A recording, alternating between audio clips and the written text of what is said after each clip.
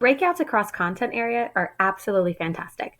I want to share with you a brand new trick I just found out about through Google Sheets. You can actually translate directly through Google Sheets. So think about some of the fun ways you might be able to incorporate this if your school has a foreign language program, or if you're in elementary and one of your specials is a foreign language, or even if you have an immersion program.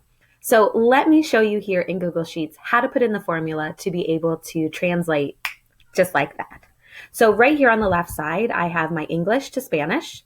I have happy, flower, blue, just some easy words. In this spot right here, this cell, I'm going to press enter and I'm going to type in Google and you'll see translate comes up. Now I want to tell it what I want it to translate. Click on the cell you want it to translate, then put in a comma. We're going to go English to Spanish, close our parentheses to make sure that the computer understands the function. Click enter and check this out. How cool is that?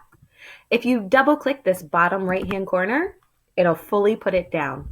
So you have all of these translations right across. It'll go the exact same way the other way. So let's say I type in hola, amiga, and gracias. I can do the exact same thing. Equal, there's Google Translate. I want to do this cell. I want to go from Spanish to English.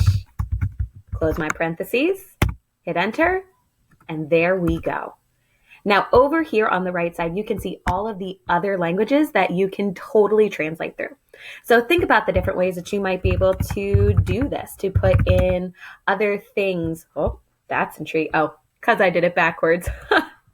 Other ways that you might be able to use this to create passwords and different things that you might want to do with that.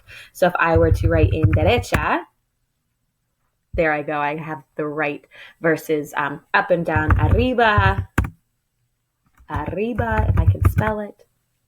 There we go. So all these different cool things where you can hide clues within a foreign language as well. It's pretty cool.